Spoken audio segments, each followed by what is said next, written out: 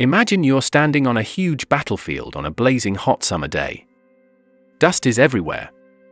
The ground shakes as thousands of soldiers march forward. You look ahead and your stomach drops. In front of you is an army more than twice the size of yours. About 80,000 Ottoman soldiers. But your army has only 33,000 men. That's like a school soccer team playing against 2 or 3 teams at the same time. Most leaders would probably run away. Some might surrender. But in the year 1691, one commander decided to stay and fight. And what happened next became one of the most surprising victories in history. By the end of the day, the giant Ottoman army would be completely defeated. But how can a smaller army beat a much bigger one? To understand that, we need to go back a few years. In 1683, the Ottoman Empire was one of the most powerful empires in the world. Their armies had conquered huge areas of land for hundreds of years. They wanted to expand even farther into Europe. So they marched toward the famous city of Vienna. If they captured Vienna, it could open the door to conquering even more of Europe. But something unexpected happened. The Ottomans failed to take the city. After that defeat, many European countries joined together to push the Ottoman armies back. This long conflict became known as the Great Turkish War. For years, battles were fought across Central Europe. Sometimes one side won. Sometimes the other side did. But by 1691, the Ottomans wanted to turn the war around. So they gathered a huge army. This army was led by their top leader, called the Grand Vizier, whose name was Kpr Faz el Mustafa Pasha. He was a strong and experienced leader who had already helped the Ottoman Empire recover from earlier problems. He believed this huge army could defeat the Austrian forces and restore the empire's power. But standing in his way was another famous commander. His name was Ludwig Wilhelm of Baden. Many people gave him a nickname, Turkish Louis. Why? Because he had won several battles against the Ottoman Empire before. Ludwig understood something very important. Battles are not just about numbers. They are about planning, teamwork, and discipline. His army was made of different groups of soldiers. There were Austrian troops, German infantry soldiers, artillery crews with cannons, and thousands of Serbian fighters who wanted to help stop the Ottoman advance. Altogether, Ludwig had around 33,000 soldiers. The Ottoman army, however, was far larger. Historians believe it may have had between 50,000 and 80,000 soldiers. That means the Ottomans had at least twice as many soldiers. Looking at those numbers, it seemed obvious who should win. But Ludwig had a clever plan. Instead of running away from the bigger army, he did something surprising. He moved closer to it. His army marched to a place called Slankamen, near the Danube River. At first, this looked like a terrible idea. The Ottoman army could easily surround them. But Ludwig had chosen the battlefield very carefully. His soldiers quickly began preparing defenses. They dug protective positions in the ground. They placed their cannons in strong spots. Their infantry soldiers formed organized lines, ready to fire their muskets together. Then they waited. And waited. Something strange happened. The Ottoman army didn't attack right away. Instead, the two armies sat facing each other for 2 whole days.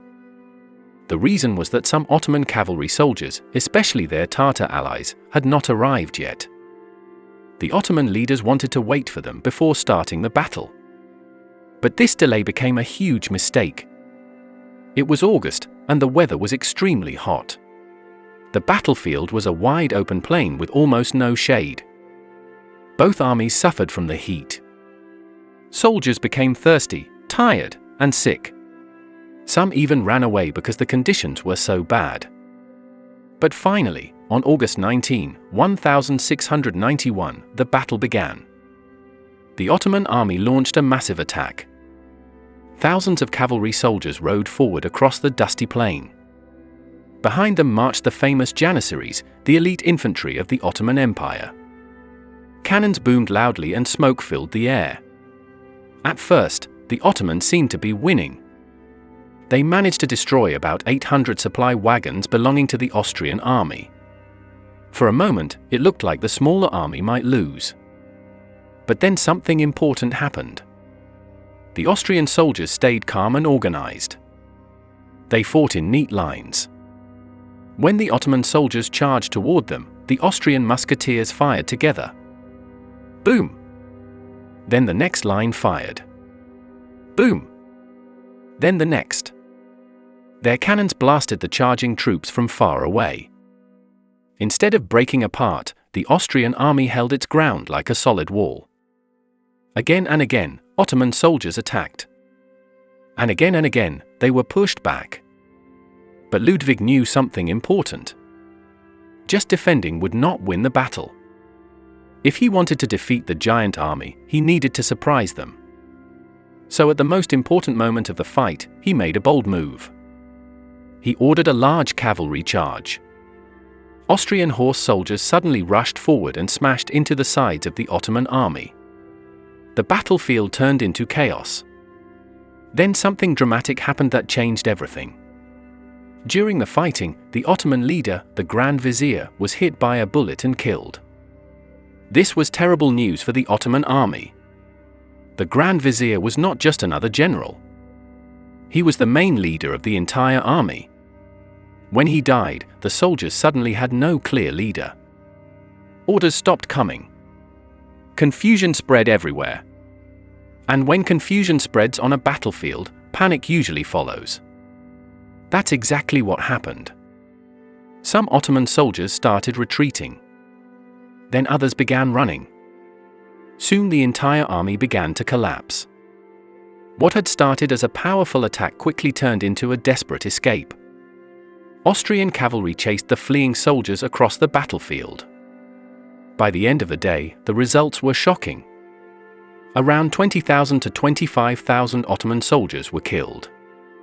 The Austrian army lost about 7,000 men, which was still a big loss but far smaller than the Ottoman disaster. The Ottomans also left behind their cannons, supplies, and even their war treasure as they fled. A massive army had been defeated by a much smaller one.